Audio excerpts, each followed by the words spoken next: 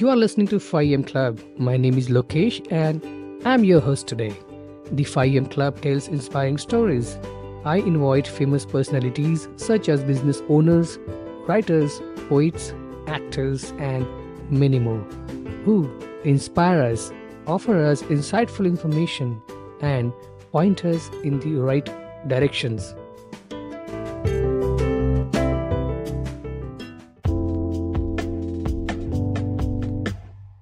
Riri Trivedi is the co founder of Wellness Space and Society for Energy and Emotions, a regression therapist, life coach, and a trainer.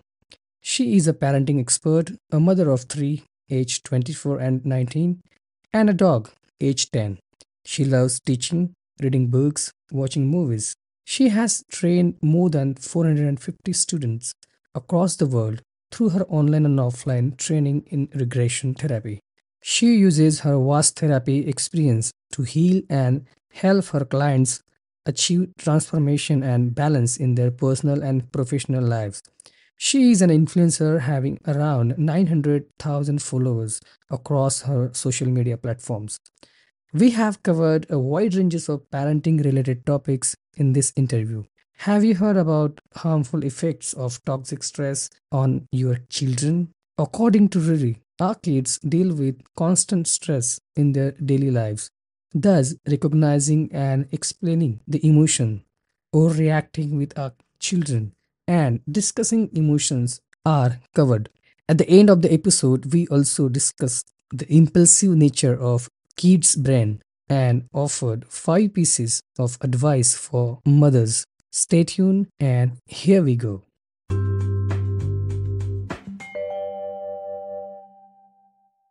Glad to have you on my show. How are you today? I'm good, thank you. Happy to be here and sharing my views. Could you please give me a brief introduction, overview of yourself and your training and your successful journey so far? Well, I'm from Ahmedabad and I'm going to turn 50. Okay. In I'm a mother of two kids. I've been married for 29 years. My kids are 19 and 23, so they are adults. But Okay. so far has been very interesting because I started out, my education is very different from the profession I'm doing right now. So I started out by doing my, both my parents were chartered accountants. So I did my Mhm. BCom in A, I did my law, I did my MBA in marketing. After getting married, I got my degree in MBA in marketing, and then I did a corporate job for a long Okay. time. So I have a kind of a corporate MBA kind of a background. And it was Oh. only in 2008 when, with family we moved to Singapore. That is when I gave up my corporate job and I turned to yoga. Initially for my own health, but eventually I learned to be a yoga therapist, a certified yoga instructor. I did a lot of Mhm. work in yoga in Singapore, and then that started my journey towards mental and physical health started. So when I went deeper into yoga, that took Okay. me deeper to the understanding of mind, and then Mhm. hypnotherapy, life regression therapy, then childhood trauma. And I'm still a student, so I'm still doing my PhD in this area of childhood trauma. I'm still studying, Okay. and I'm a lifetime student. I love to learn new things. Yeah, even though I also feel the same because every day is a journey of learning.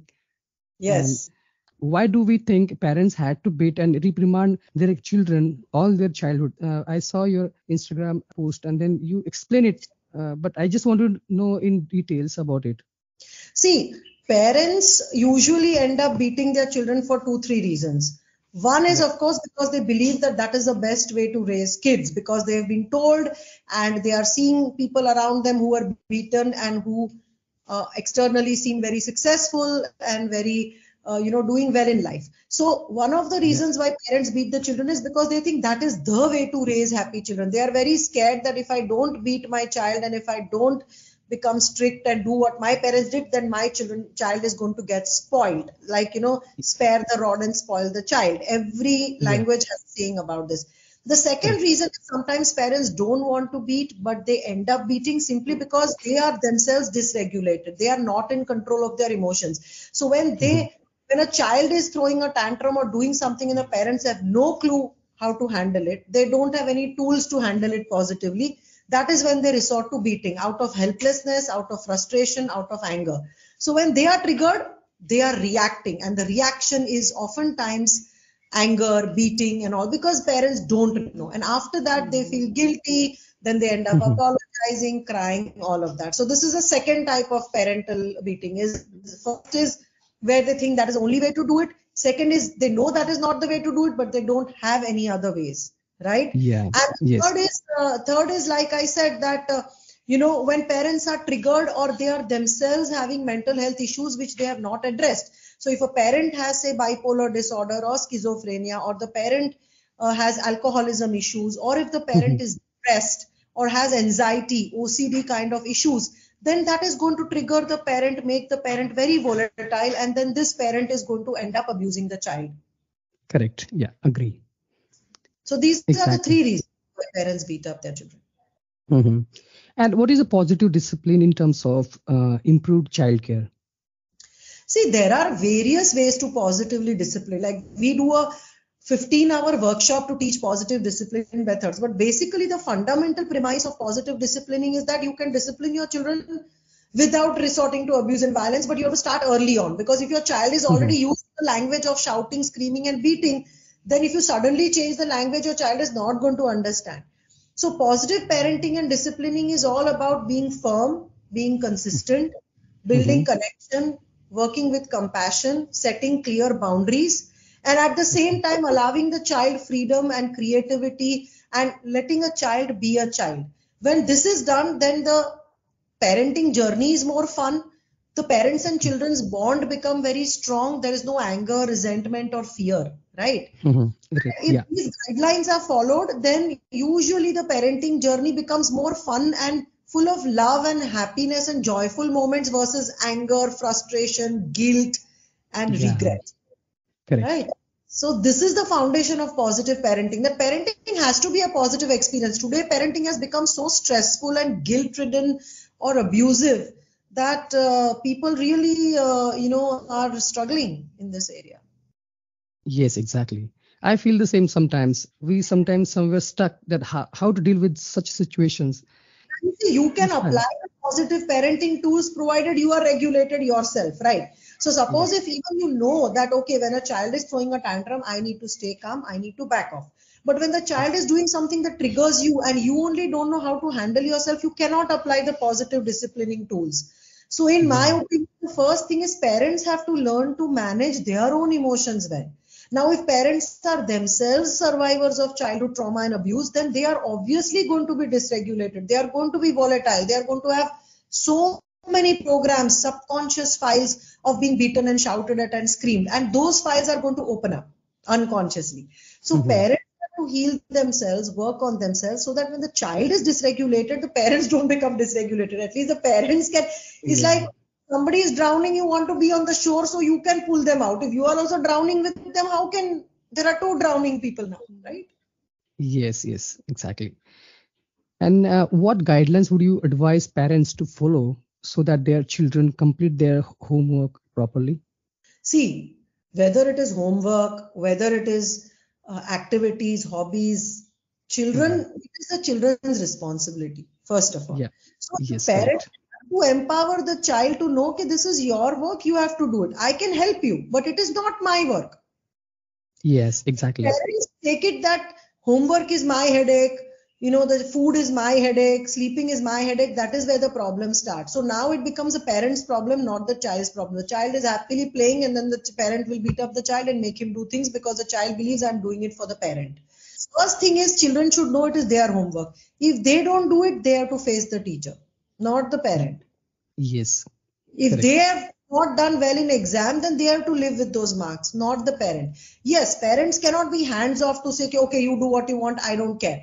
Parents' role is to help and support the child when needed. But parents' job is not to take on the burden of the child's studies and homework and projects and friendships and hobbies. That is the child's. If the child is not enjoying the hobby, don't do it.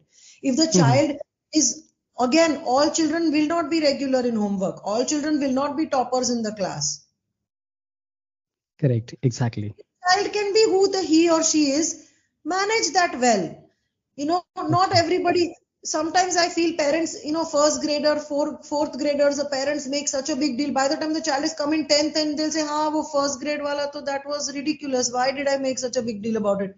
By the time the child is 25 and struggling with marriage, the parent will think, "Arey, that 10th standard board exam and 12th standard was a small challenge. It was kuch bhi nahi tha compared to these issues." So Yes, yes, yes. every parents have to look at the big picture. At that time, they feel the homework of the first grade is important, and my life is going to end if my child doesn't do the homework. It's not that. These are very small learning stages. And how many pillars of positive parentings do you think every parent should follow? See, there's nothing like pillars or anything, but there are basic guidelines. And the guidelines of Mhm. positive parenting are clear that you can do positive parenting, you can discipline your children without violence and abuse. You can Yes, discipline your yes. children with love, compassion, consistency, Mhm. creativity. Yeah, you can do it if you are parents have to be regulated and balanced themselves if they want to raise regulated, emotionally resilient kids. Okay. Parents need to work on connection for the kids, because early attachment and early connection with of the parent child has a huge impact on the subsequent growing up years of the child. So bonding, attachment, connection with the child in the early years has to take priority over kindergarten, ABCD and pupils and all of that, right? Also parents have to make sure that they do not adopt any extreme style. So on one hand there is abuse, control, authority. On the other hand we have complete permissiveness, no boundaries, no rules. Ultimately moderation and balance is the key. So when we are looking at parenting, everything has to be tried to be in moderation and balance. That Correct. works Yeah. best. And lastly, I would say to today's moms is, please have a life beyond motherhood, because mothering and motherhood has become such a huge project. These women are educated, qualified, but they give up everything to raise. Now kids become their full-time career. And that is when all the pressure comes on the children to perform and to live up to the expectations of the mother who has given up her whole career for this child.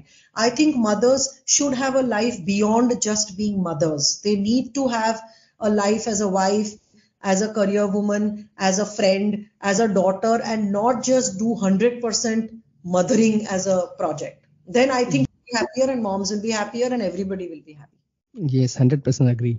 Yeah. And the hardest problem facing parents today and how to overcome them is according to you, parents are facing today. See, today parents are facing multiple problems. One is parents, I mean, I'm telling you based on what parents tell me, right? They say that my kid is right. So stubbornness and children showing anger is very common. And in my opinion, this is coming from family environment and also social media. So when kids are exposed to violence by the Mhm. father, mother, uncle, aunt, and social media and phone, then children are unconsciously picking up violent behaviors, whether it is verbally violent or physically violent, right? So children who are screaming, shouting, throwing things, harming themselves, harming others, all these, according to me, are learned behaviors that they are picking up from their environment. The second problem today that most parents have is this addiction to phone and social media. This is the problem of the parents who have phones in their households and who have social media. And parents are really struggling because mobile phone is an addiction, social media is an addiction. Parents themselves are addicted and they want their children to not be addicted. It is a very, very tough problem that today's generation is dealing with. Yes, yes. Sometimes even I also face the same issue, checking emails, something like that. So they also want the phone because of my father is using, my mother is using. See, if the parents are spending more time in sports, then children will see that, right? Of course, there is an element of friends and school and all that also Mhm. plays a role. I'm not saying only the parents, but Yeah. parents themselves also need to understand that today mobile phone is become a reality of every household.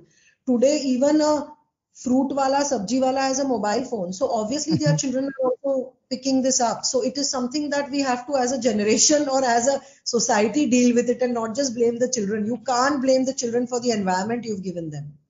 And how to control these negative habits? Do you have any suggestions for moms and dads? See, it's a very generic question. For every negative habit, there has to be a different solution, right? So Yes. the only generic answer to a generic question is that continue to build connection, because if your child trusts you, connects you with you, respects you, then there is a likelihood that at least the child will listen to some of the things you are saying. But if early on you have induced a lot of fear and a lot of control, and the child starts telling lies, hiding, distrusting you, Yes. then you've lost the plot. Then there is no way that you will be able to influence these children to change in a positive way. Now they will be influenced by other people who they trust and they feel close to. So according to me, parents need to really focus on building closeness with the children in the early years before they become teenagers, right? Because Okay. teenage years are very difficult. Teenage years are most difficult. Even if the children have closeness and connection, still in teenage years they will want to separate out, have their own identity. Mhm. So I think building the early foundational years, building connection, attachment is very important. Now that does not mean that you pamper the child. It does not mean that you Mhm.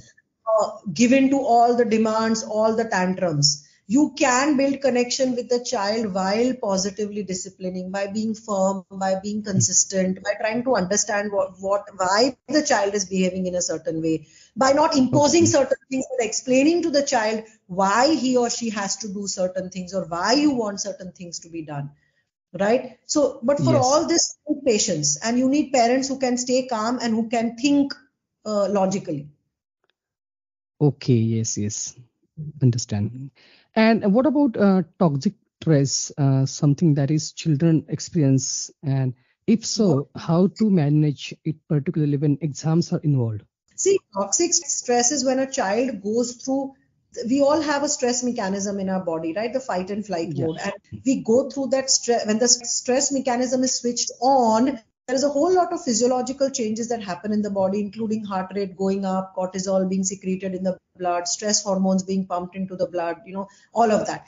Now, this stress response is meant to be triggered once in a while when there is genuine danger. But what is Mhm. happening is that children are going through stress back to back on a daily basis. So waking up is a stress, going to school is a stress. School can be stressful because of teachers and bullying and whatever. Then they come home, then homework is stressful, then parents are fighting, that becomes a stress. So when Yeah. child goes through back to back stress, it is called chronic toxic stress. So the Mhm. physiology of child is now different because it is full of stress hormones. There is too much of cortisol, the heart rate is up, the glucose is high Mhm. in the, and all of this damages the brain that is growing at a very significant rate in childhood. So when there is Exactly. high cortisol, these children's brain development gets hampered because certain parts of the brain responsible for memory, like hippocampus, they get underdeveloped because of cortisol. New neural pathways are not formed. So the child's Okay. developing brain also starts developing very differently when there is early exposure to toxic stress. Now the child's brain is being developed only responding to stress all the time. So Okay. it's a brain that is hyper vigilant. It is a system that is always alert, always anxious, always hyper vigilant. And these are the children who cannot stay calm. They cannot relax. They are forever stressed, anxious, worried. So this is what Mhm. toxic stress does. And then their brain centers, which are responsible for thinking calmly, decision making, rational thinking, Mhm. mindfulness, self-awareness, are severely compromised. They cannot focus also on studies. Okay, so how to manage means, even though as a being a father, I also face the same issue. My daughter says, I don't want to do homework. I don't want to go to school. So this is might be the reaction of stress that she is experiencing, but she is not able to explain in her words. So So why can she I? doesn't go to school? What about school is bothering her? Can you agree Mhm. with that she has to go to school? What can you do to make that school experience better? Is it okay if you go for a few days with her? Talk to the teacher. What are her fears? Maybe there is some little thing in school that for you may not be significant, but for her it's a big thing that is bothering her.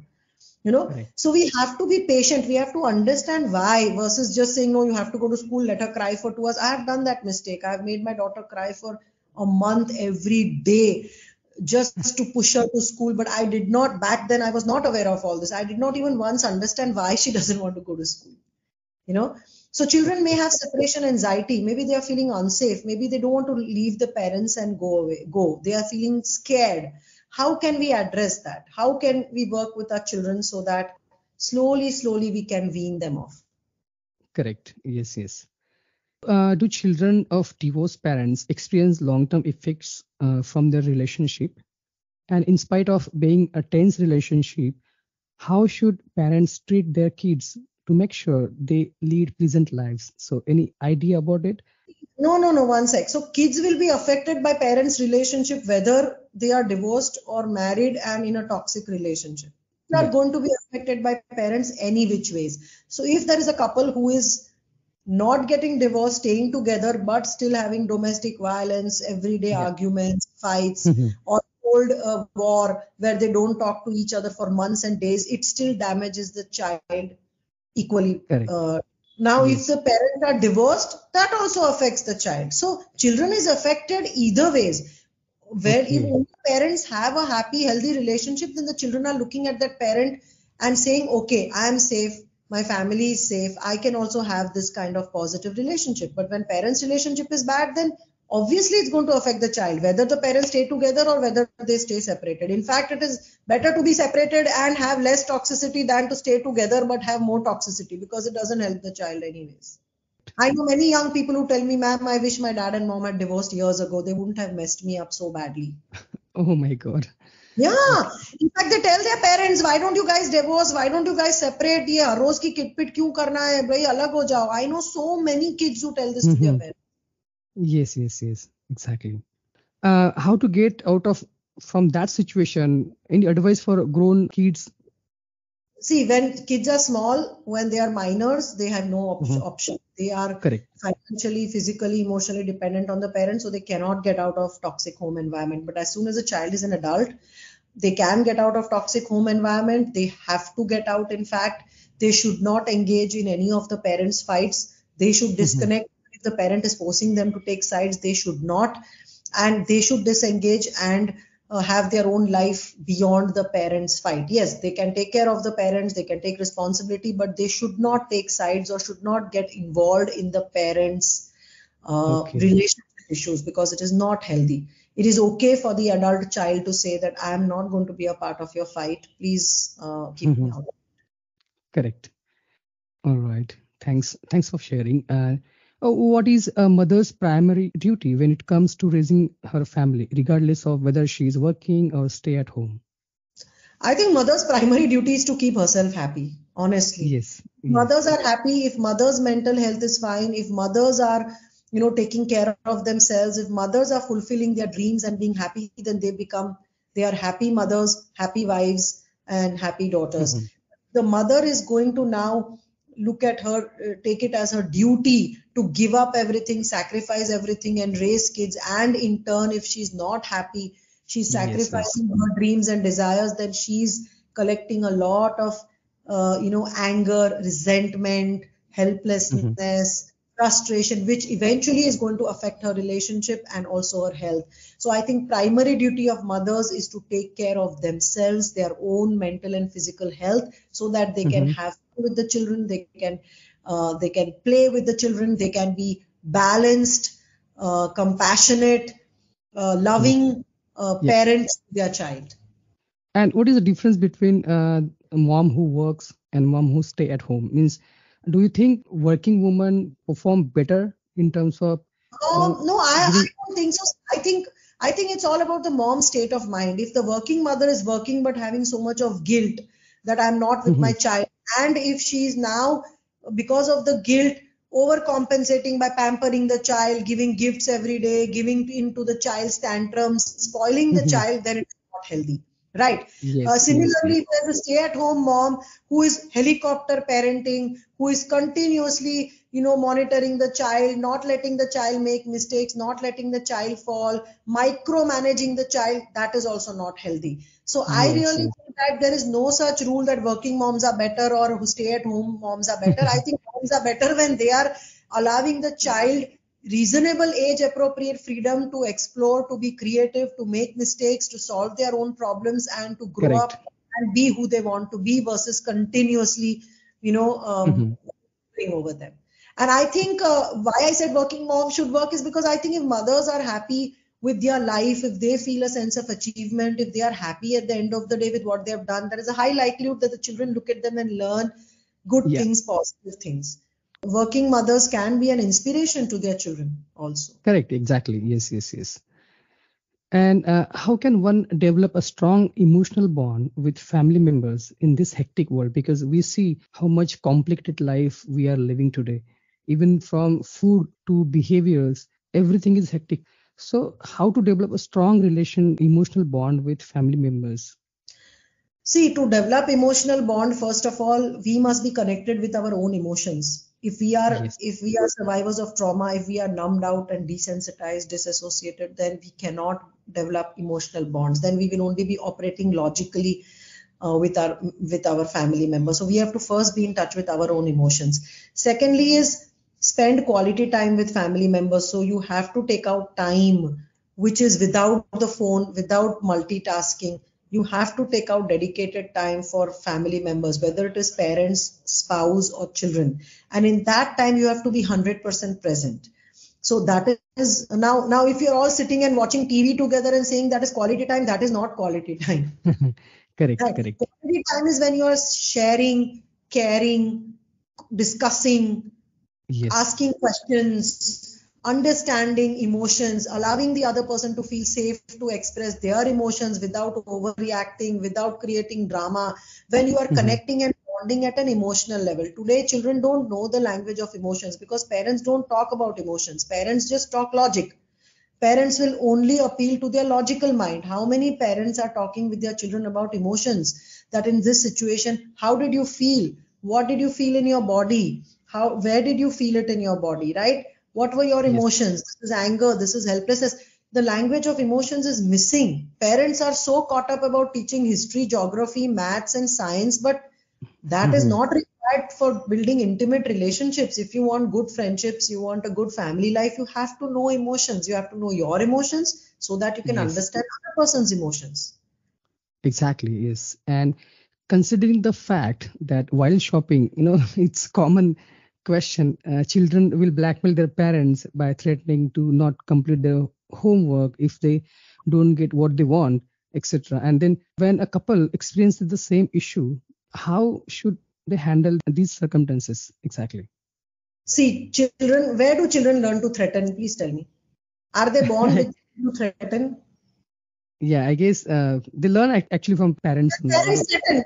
खाओगे नहीं तो मार पड़ेगा. अभी ये नहीं किया तो so children automatically learn that this is how we can use threats to get our way, right? Yes, yes, yes, yes. Secondly, when children throw tantrums, they're screaming, shouting, threatening you. What are they doing? They want you to respond because they believe that is the only way you will listen to them and respond. But you have to break that program.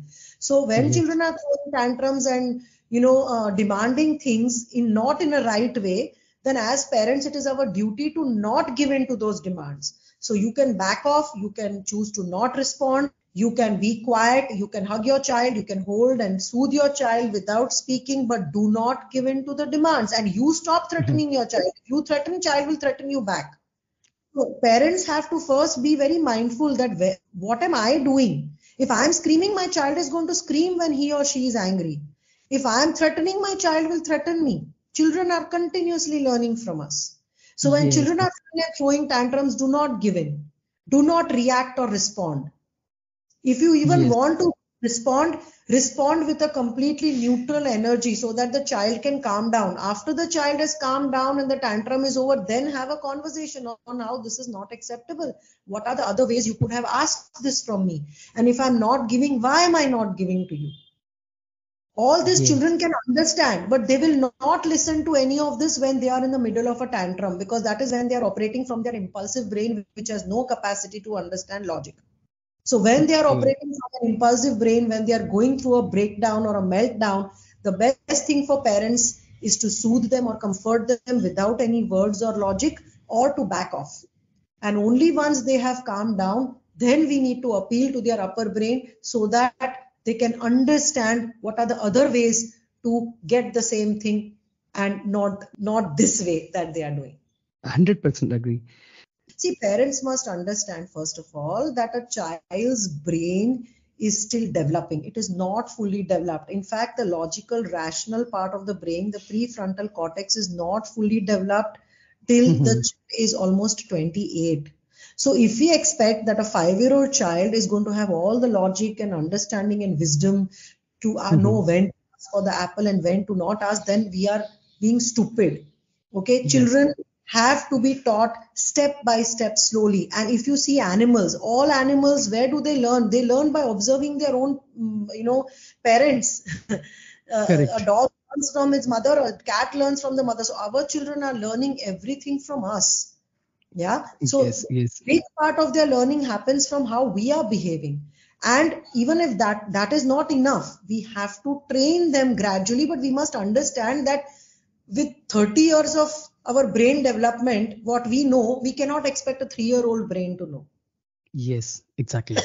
Most parents have this, they pressurize the children, they get upset and frustrated because they think बच्चे को इतना भी समझ नहीं आता है ना, इसीलिए तो बच्चा है, अगर समझ Correct. आ जाता तो ये अडल्ट हो जाता. Okay, and how parents and children can develop a mutual trust and confidence between them. What is the most effective technique to go through this? It's intended for parents who wonder, these questions a lot. Means how to develop mutual trust and confidence between them. See, mutual trust and confidence can only be developed when we have open, honest communication with our children, and Correct. when children and parents feel safe to talk about even the unpleasant things. So, if your child has done something wrong, the child should feel safe to come and tell you about it without being beaten, Hmm. or without getting an overreaction. So, of Yes. course, children have to be told that what they did was wrong. They have to face the consequences, but they will only open up if they know that, okay, I can tell my parents and they will not like react as if the earth is Hmm. broken up. So open, honest communication. If you have made a mistake as a parent, apologize to your child, say that I was wrong. That is how children learn. It is okay to accept our mistakes, right? Children Yeah. feel safe around parents if the parents let the child be, let the child learn in a very comforting way. Children feel unsafe, they will start hiding and having trust issues if the parents are being abusive, violent, or creating a Hmm. lot of drama or overreacting to things. Right. I Yes. remember one incident, my son, when he was young, he was spitting on his classmate. Now it was Okay. that who does, he was 3 years old and he would spit at somebody in the bus every day. Now, if I have overreacted and make a big drama about it, then he would have still spitted but not told me, or being ashamed about it. We spoke Yeah. about it. I told him it's not a good thing to do. I asked him why he was spitting. He said he enjoyed doing it. So we made him spit somewhere else but not on somebody else. So and after a few days he got over it. It was just a passing phase. So a lot Okay. of parents, they make a big drama when kids do these things, but when they do that, kids feel unsafe. So they start hiding, they start deceiving, they Yeah. start doing things without making, they use all their intelligence to hide things from the parents. Yes. That is when the trust is not there. And then they will use all their energy and intelligence to fool the parents. Yes, Right? We exactly. don't want that because the lesson is not learned. Right. So the lesson is only learned if the parents do not overreact, which is where I come to the first thing that I told you, that parents have to be regulated. Parents have to recognize their triggers, work through them so that they do not react, but they can choose a response based on the situation. Children don't have the ability to choose their response, but parents can if they wish to. And what do you think balanced parenting? I saw your Instagram, even another post where you explain a bit about balanced parenting. How do you think balanced parenting entails and how does it function best? See, parenting is not something that you can follow a book and do, because every child is unique, every family is unique, every Correct. family structure is unique. But when I'm talking of balance, I'm talking of a guideline. Like I said, balance means not going into any extremities of anything, right? So I Mhm. would not promote hitting a child. But once in a while, suppose if you feel that, by giving one spank or one slap, just once, suppose if that communicates to the child what he needs, then that is not a big crime, right? Though I Yes. would also say that abuse and trauma is subjective. So a child can even be traumatized by one slap. Yeah. And some children may not be. So I would say abuse and violence are to be avoided, but do not Mhm. adopt any extreme styles. When I'm talking of balance, I'm saying do not go to two extreme ends. One extreme end is where you are having no rules, no regulations, no Mhm. control, no discipline, complete pampering. The other extreme is where you want to beat and hit and punish and threat and control and do Okay. everything.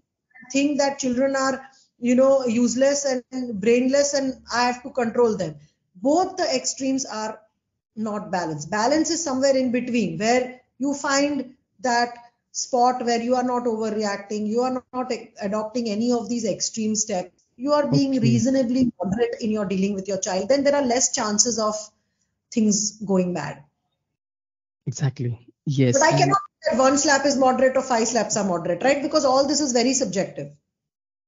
okay. Okay. I have Okay. been raised without any physical abuse or emotional abuse, honestly. I have not gone through. So, and still I'm fine, right? But I know Mhm. many parents who feel that, oh my God, if I don't even hit my child once, means my child will sit on my head and my child will become this and my child will, it's their fear. Yeah, it's an Indian tradition that we see from our ancestors. There are there are thousand comments where people have said that बिना hitting तो बच्चे बड़े ही नहीं होते हैं. What are you talking about? These are all Western concepts. This is not Yeah. Western. Even in the West, children are being abused and beaten and neglected. Okay, so this is not that West में नहीं होता है, सब जगह होता है. That is where today in the West, and in the West it is even worse because family structures are not there. There are no buffering adults. There are individual Mhm. families. So the Yeah. child has no one to go to. In India, at least if the parents are abusive, the child has a grandparent, grandmother, grandfather, uncle, aunt who will still give the buffering support to the child. That is why Correct. in India the situation is not so bad. But if we are going to follow the West, if our family structures are going to collapse, if we are going to move to a highly individualistic society, then we are Mhm. also going to same or worse mental health problems like we are seeing in US and other countries today. Exactly. Correct. Even India performing better than other countries in terms of And parenting. not because we are beating our kids. People have conception that India में बच्चों को मारते हैं इसलिए India के बच्चे अच्छे हैं. That is wrong. That is not true. Yes, yes, exactly.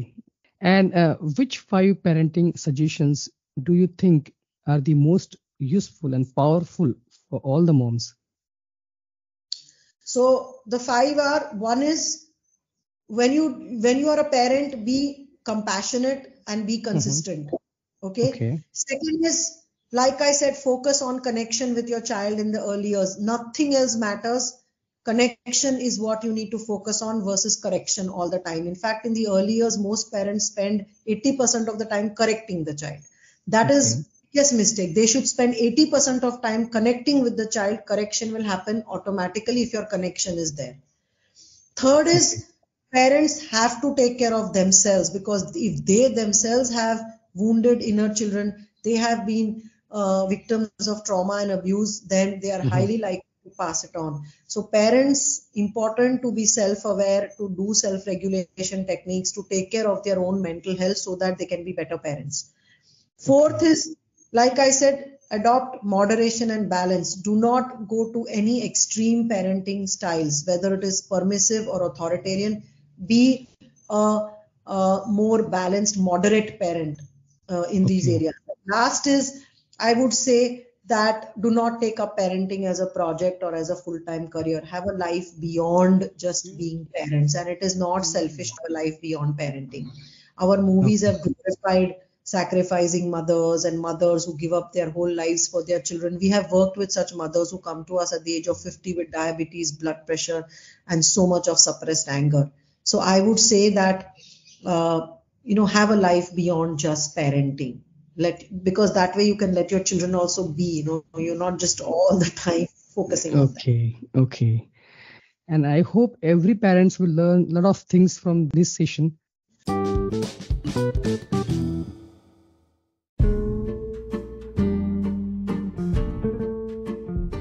If you like the 5M Club, don't forget to subscribe to my podcast and follow me on social media.